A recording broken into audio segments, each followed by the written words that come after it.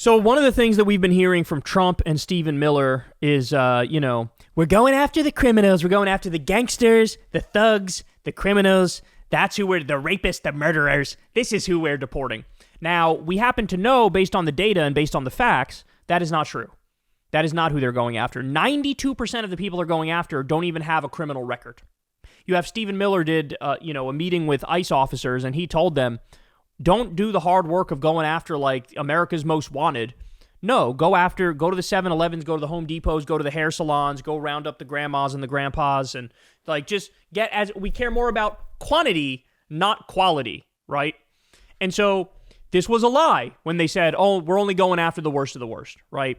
It turns out, guys, you ready for this? The reality of the situation is literally the exact opposite. At the same time, they're deporting fucking day laborers who cut people's lawns and are decent, hardworking people. The same time they're doing that, the Trump regime is cutting deals with literal cartel gangsters. So look at this. This is in NBC. Cartel family members entered the U.S. in deal with the Trump administration, Mexican security chief confirms. Video showed the family members walking across the border from Tijuana with their suitcases to waiting U.S. agents. Mexico's security chief confirmed Tuesday that 17 family members of cartel leaders crossed into the U.S. last week as part of a deal between a son of the former head of the Sinaloa cartel and the Trump regime. Mexican Security Secretary Omar Garcia Harfuch, however you say that, confirmed a report by independent journalist Luis Chaparro that family members of Ovidio Guzman Lopez, who was extradited to the United States in 2023, had entered the U.S. Guzman Lopez is one of the brothers left running a faction of the Sinaloa cartel after the notorious captain Joaquin El Chapo Guzman was imprisoned in the U.S.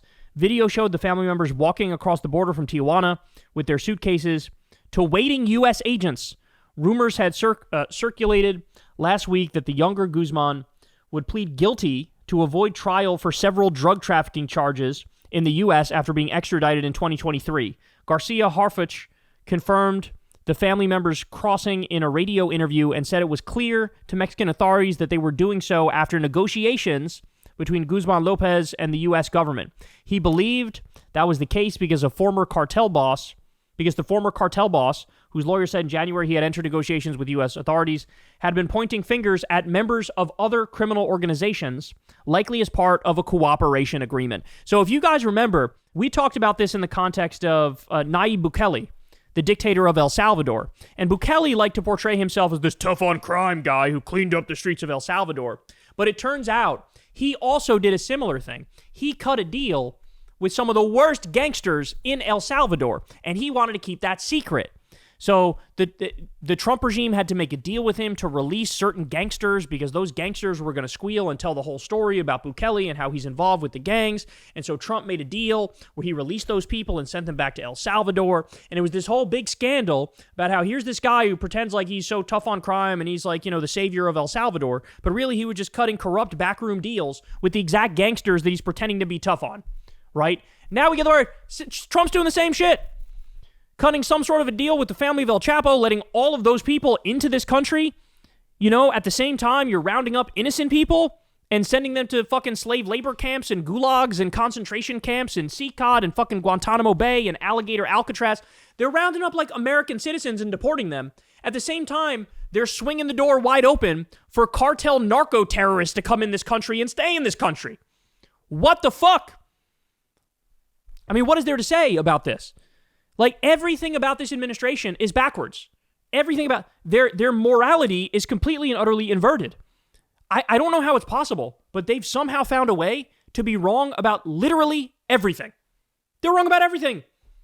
Like, free all the innocent people, free all the day laborers, stop going to 7-Elevens and Home Depots, stop arresting innocent people, stop going after a woman who just gave birth and ICE is arresting her, stop waiting for immigrants outside of their court hearings when they're told they can stay and then ICE rounds them up anyway. Stop having them cover their fucking faces and be the thugs that they are. Leave all those people alone and go after these guys that you're making sweetheart fucking deals with. Oh my God, bro.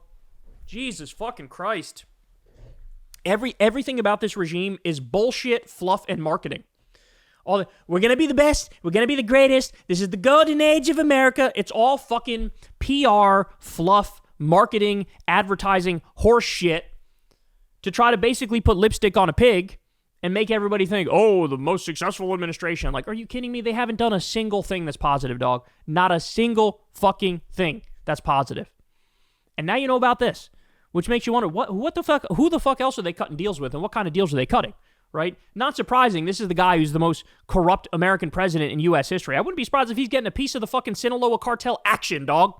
I wouldn't be surprised if they're like, hey, we'll give you X amount per month, we'll give you a little something on the side, and then this way you let business go on as usual. Because we know the motherfucker makes deals with the Israeli terrorists. We know he makes deals with the Saudi terrorists. We know he's in bed with every fucking gangster government in the world and every gangster billionaire in the world.